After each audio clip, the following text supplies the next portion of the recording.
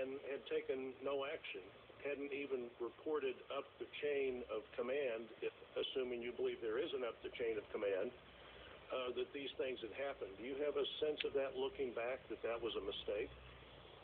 No. In fact, I think no action was the most important thing I could do to make sure there was no interference with the investigation. And on the Flynn issue specifically, I believe you said earlier that you believe the president was suggesting you drop any investigation of Flynn's account of his conversation with the Russian ambassador, which was essentially misleading the vice president and others? Correct. And I'm not going to enter the details, but whether there were false statements made to government investigators as well. Any suggestion that General Flynn had violated the Logan Act, I always find pretty incredible. The Logan Act's been on the books for over 200 years. Nobody's ever been prosecuted for violating the Logan Act. My sense would be that the discussion, not the problem, misleading investigators or the vice president might have been. That's fair. Yes, sir.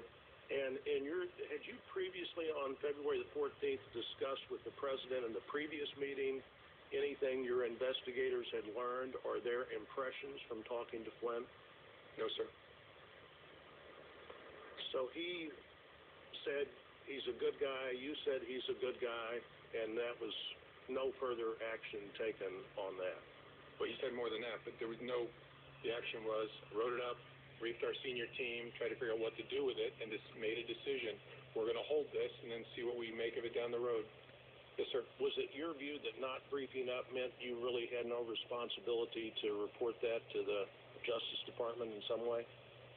I think at some point, and I don't know what Director Mueller is going to do with it, but at some point I was sure we were going to brief it to the team in charge of the case. But our judgment was, in the short term, doesn't make sense to, no fuzz on the fact I reported to the Attorney General. That's why I stressed he shouldn't be kicked out of the room.